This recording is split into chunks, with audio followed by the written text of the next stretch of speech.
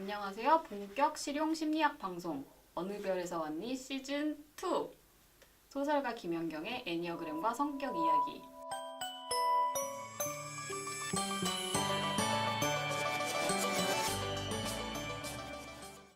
진행을 맡은 저는 미친 5번 여자 김연경입니다. 네, 안녕하세요. 저는 애니어그램 전도사 갈데 없는 6번 여자 허진실입니다. 자, 그럼 이제 본격적인 오늘의 내용으로 들어가 볼 텐데요. 오늘의 내용은 제목이 뭐죠? 성격이란 게 뭔데? 네, 드디어 성격 심리학의 이제 개론에 대해서 얘기를 해보도록 하겠습니다. 우선 성격이라는 게 뭘까요? 한 개인이 환경에 대해 반응하는 독특하고 일관적인 양식 패턴. 이거는 그냥 일반적인 정의예요. 그리고 뭐 맞고요. 성격이 이제 개인이 환경에 대해서 반응하는 그 사람만의 독특하고 일관적인 어떤 방식을 성격이라고 하는데 이게 우리가 그냥 일반적으로 성격은 이런 거다라고 생각을 하는데 과연 이거를 어떤 학문적으로 객관적으로 정의를 할 수 있느냐? 결론은 있다 이미 났지만 이제 어떤 식으로 해서 그렇게 정의할 수 있는지에 대해서 살펴볼 건데요. 일단 성격에 대해서 객관적으로 자기 성격에 대해서 그러니까 어릴 때는 자기 성격이라는 게 있다는 걸 모르잖아요. 네. 어릴 때는 내가 중심이고 내가 당연한 거고 나랑 다른 거는 이상한 거야. 거. 그치. 이해가 안 가는 거. 라고 생각을 하는데 이제 조금 나이가 먹어가면서 자기 자신에 대해서 객관적으로 볼 수 있게 돼요. 그래서 이제 제가 애니어그램 강의가 여기저기서 많이 이제 의뢰가 들어오는데 중학생 이하 사실 중고등학교에서도 많이 오거든요. 요즘 중고등학교에서 뭐 이렇게 작가에 만난 강의 같은 거를 많이 해서 근데 저는 중학교 이하는 진짜 안 하려고 그래요. 제가 고사하기도 하는데 그래도 해달라고 할 땐 하긴 하지만 학생들은요 잘 이해를 진짜 못해요. 아무리 쉽게 설명을 해도. 근데 그게 어쩔 수가 없는 게 자기 성격에 대해서 객관적으로 생각해 본 적이 없거든. 맞아. 저도 중학생 때 전혀 생각을 못 했는데 전혀까지는 아니지만 근데 이제 물론 이 어느 별에서 왔니 방송을 듣고 너무나 이제 자기 자신의 자아 성찰을 해가지고 진지하게 해서 보내주시는 분 중에 중학생도 있어요. 그 요즘 애들이 성숙한 건지 근데 그런 애들 다 4번이다. 다 4번이야. 신기해. 4번은 자아 성찰을 하는 게 이제 어렸을 때부터 취미이기 때문에 그런 거 말고는 근데 이제 강의를 하다 보면 이게 나이 드신 분들 어르신들 대상으로 강의하면 어르신들 진짜 공부를 전혀 안 하셨고 나이가 되게 많이 들으셔가지고 정말 일상적인 말귀는 되게 못 알아듣는 분들도 애니어그램 강의 찰떡같이 알아들으세요.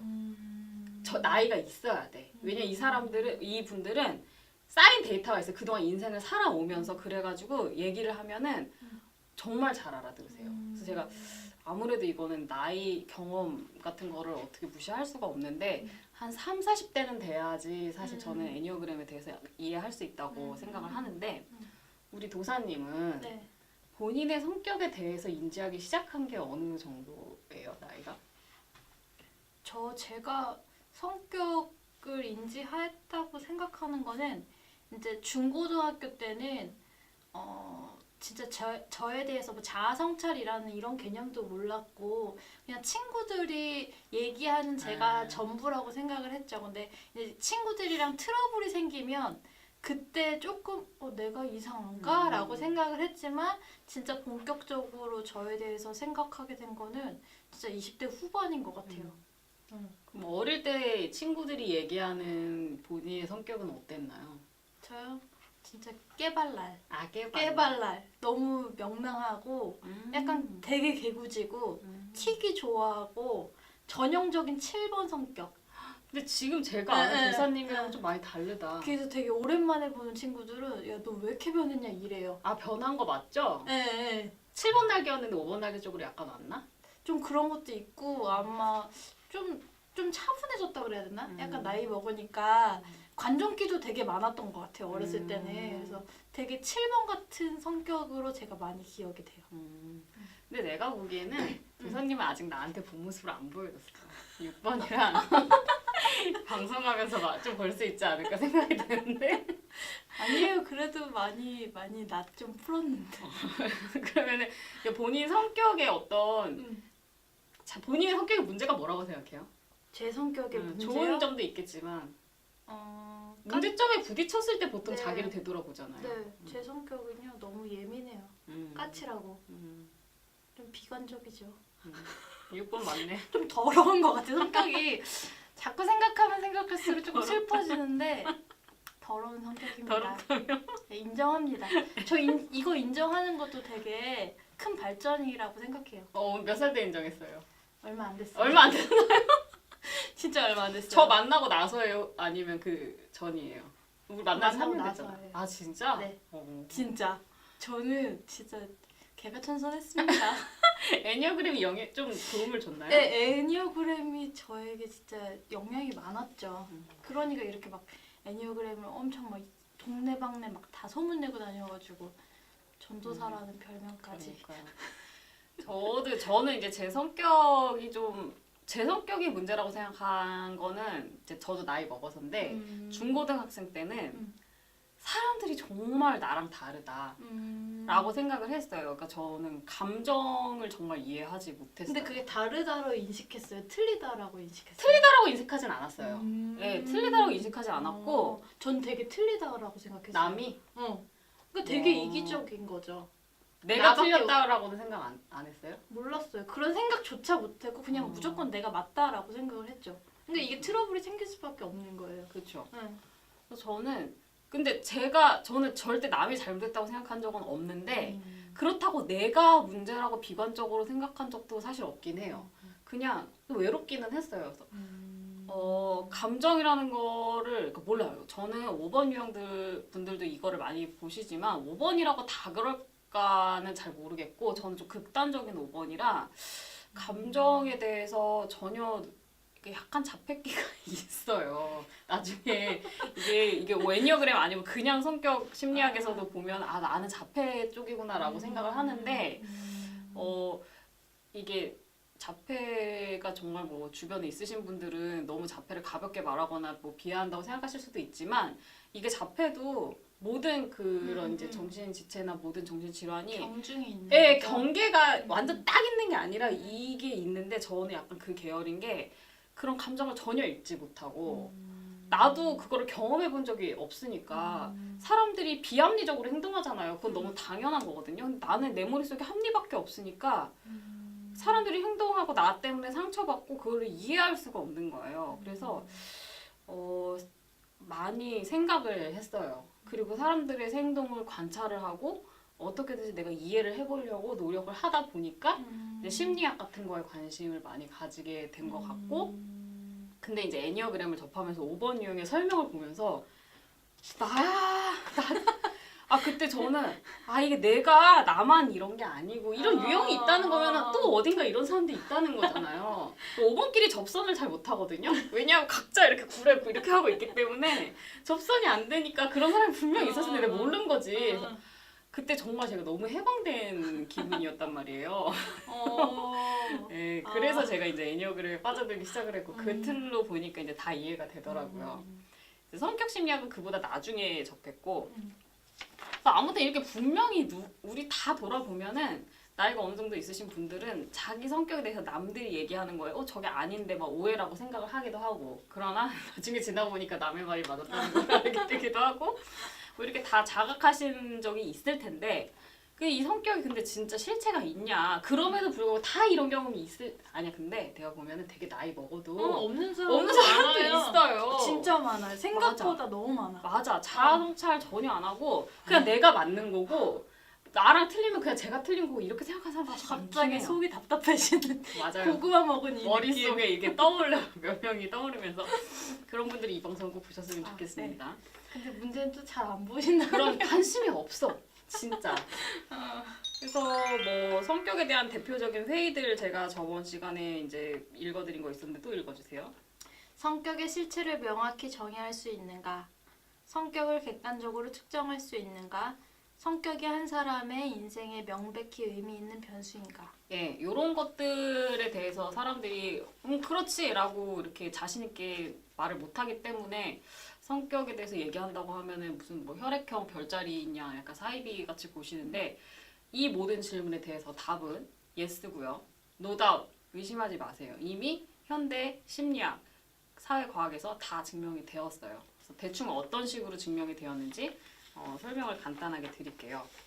일단 이제 성격 심리학이라는 것 자체가 왜 사람들이 잘 모르냐면 심리학은 예전부터 있었는데 성격 심리학은 좀 되게 늦게 정립이 됐어요. 심리학 중에서도. 왜 우리 심리학의 역사에 대해서 저번 시간에 잠깐 얘기했잖아요. 19세기 때 이제 여기 참고해 주세요.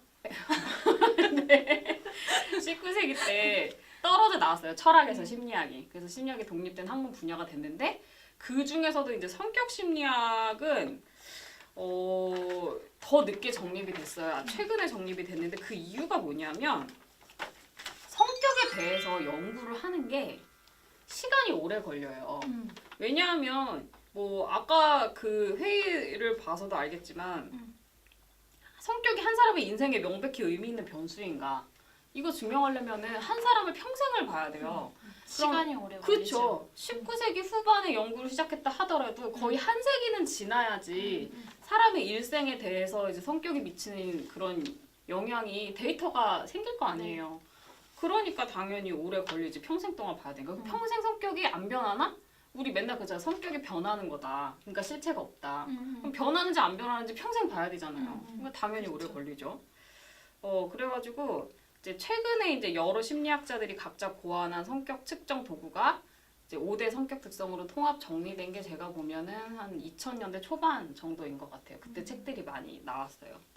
그리고 이제 보면은 통계학이라는 게 있어요. 통계학이 발달을 하면서 저 통계학은 이게 수학이라 네. 저 같은 이제 수학 고자한테 굉장히 어려운 부분이지만 대충 얘기를 하면 성격에 대해서 조사하는 방법이 여러 가지 있는데 제일 중요하게 쓰이는 방법이 설문조사예요.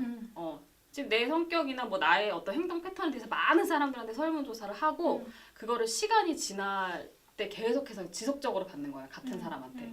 그렇게 하는데 거기서 이게 성격이 만약에 이 사람이 내가 이제 내향적, 외향적 이런 거 있으면은 얼굴에 내향적 이렇게 써 있는 게 아니잖아요.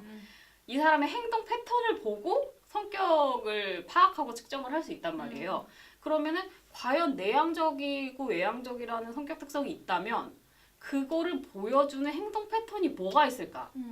뭐가 먼저 떠오르세요? 이 사람이 외향적인 사람인지 내향적인 사람인지 보려면? 사람들인과 관계. 그치? 네. 뭐 모르는 사람들하고 금방 처음 친해지는지 만났을 때 어떻게 하는지.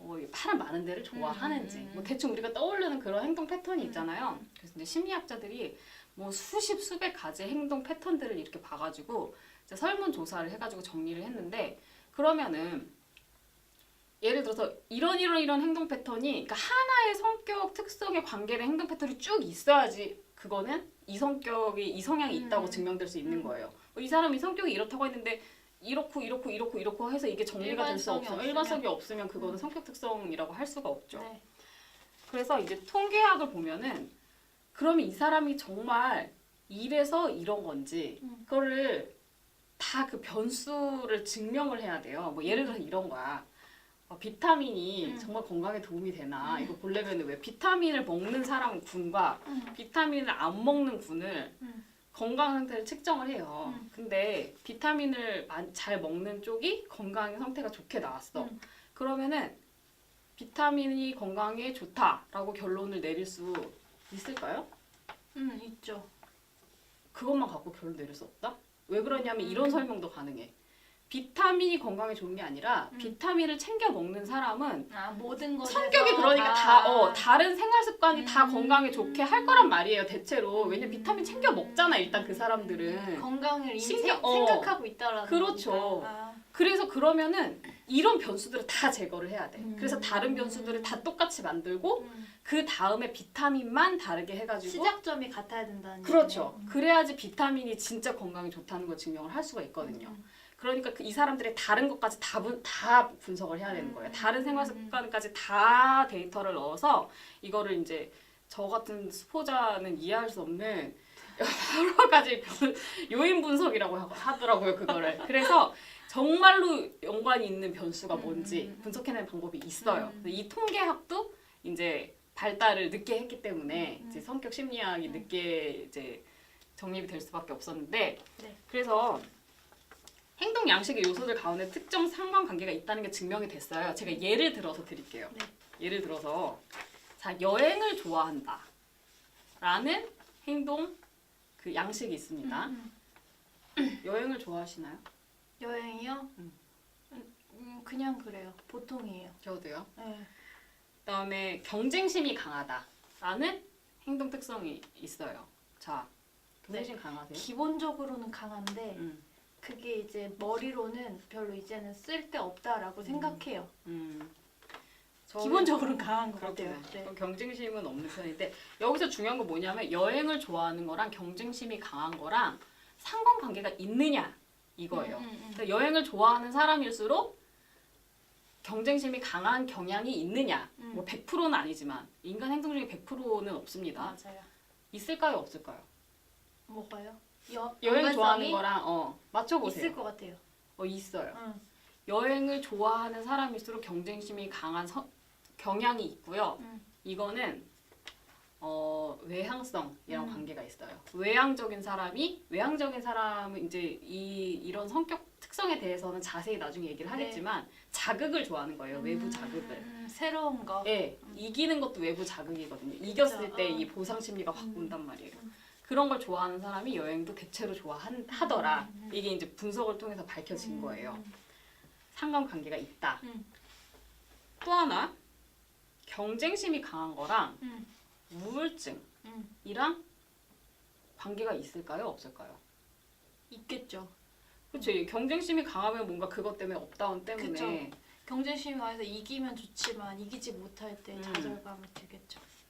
이거는 연관성이 없어요. 그래요? 그러니까 봐봐 이거 봐 우리가 이렇게 언뜻 생각하기에는 연관성이 있을 것 같잖아요. 네. 요인 분석해보니까 없다가 밝혀진 거예요. 이거랑 이건 다른 거야. 에너지를 밖으로 쏟아서 그런가? 그러니까 그건 그냥 상관이 없어요. 그러니까 그렇다고 여행을 좋아할수록 우울증이 없다는 것도 아니에요. 만약에 그렇게 되면 상관관계가 있는 거죠 오히려. 그러니까 이거랑 이건 아예 별개라는 거예요. 우울한 기질이 있어서 우울증이 걸리기 쉬운 거랑 여행을 좋아하고 외향적인 성향이랑은 다른 성격인 거예요. 그러니까 이게 높고 이게 낮을 수도 있고 이게 낮고 이게 높을 수도 있고 둘 다 높을 수도 있고 둘 다 낮을 수도 있고 알겠다. 별개다. 이런 거를 요인 분석을 통해서 밝혀냈어요. 그러니까 분명히 사람의 성격 중에 어떤 별개의 독립된 성향이 있다라는 게 증명이 된 거지. 재밌지 않습니까? 네. 약간 우울증 경향이 있다고 생각하세요? 저요? 예. 별로 없는 것 같긴 한데. 저도 없어요. 나중에 이거 다 우리 둘 성격 다 측정할 거예요, 여러분. 재밌겠죠? 낱낱이 까발려집니다. 이거 다 측정할 수 있더라고요. 신기해요. 그래서 요런 식의 이제 첫 번째가 지금 뭐 하고 있냐면 성격 심리학이 어떻게 발전했는지 얘기를 하고 있었어요. 첫 번째는 이제 성격 심리학 자체가 이제 전통적인 사회학 심리학 연구들이 누적이 되는 시간이 있었기 때문에 최근에 정립됐다. 두 번째는 이제 통계학이라는 것도 최근에 발달했기 때문에 최근에 정립됐다.